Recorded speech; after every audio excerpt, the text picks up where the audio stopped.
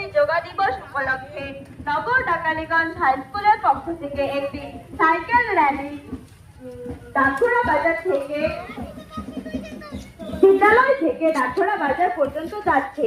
আজকে যোগ দিবস উপলক্ষে আমাদের বার্তা, নিয়মিত যোগ চর্চা করুন ও শরীর সুস্থ রাখুন। যোগ শান্তি, সুস্থতা ও আনন্দের পথে আসুন।